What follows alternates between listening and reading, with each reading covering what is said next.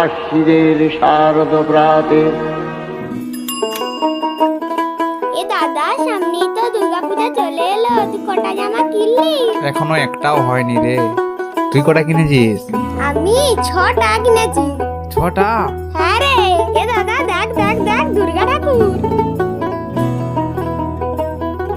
বেজে উঠেছে আলোকমন্দির, ধরণীর বহিরাকাশে অন্তরিত মেঘমালা, প্রকৃতির অন্তরাকাশে জাগরিত জ্যোতির্ময়ী জগন্মাতার আগমন বার্তা।